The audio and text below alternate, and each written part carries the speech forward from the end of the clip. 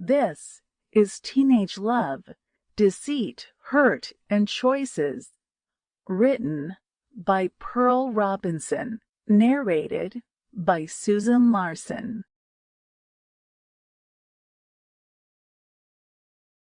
Preface. The purpose of this book is to bring awareness to how falling in love at 16 is not always what a girl thinks it is. It is not about meeting a cute boy, dating, and having fun.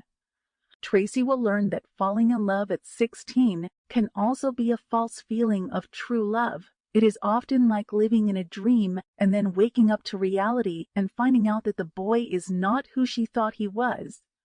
In the end, Tracy discovers that she has a grown-up decision to make. This book teaches girls that God is love and they should seek Him before making decisions. Girls will also learn the consequences of their choices.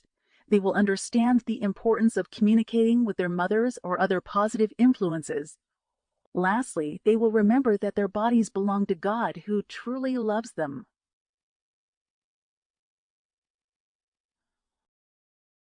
Introduction. Follow the life of a young girl from age 6 to 16.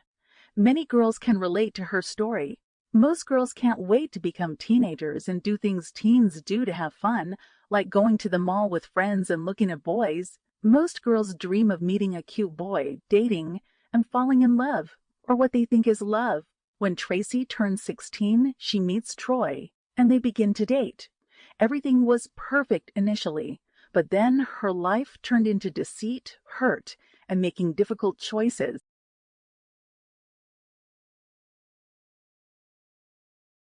Chapter 1. The Young and Innocent. Lisa and I stood in the bathroom in disbelief about the results of my pregnancy test. I began to wonder how I ever allowed this to happen to me. I thought about how I had allowed myself to fall in love with Troy and endured the mental and physical abuse he had inflicted on me.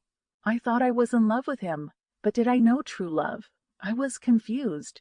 With tears rolling down my cheeks, I closed my eyes and sadly asked myself, what am I going to do? My name is Tracy. The date is November 10, 1998. I stood still as my mother dressed me for school.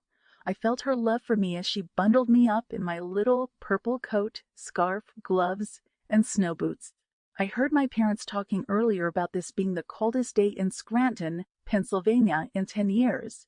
I asked my mother how cold it was outside. My mother, a tall woman about 5'9", towering over me like a tree, looked down and said, "It is 10 below zero." I did not understand what it meant, but it must have been freezing outside. Sample complete. Ready to continue?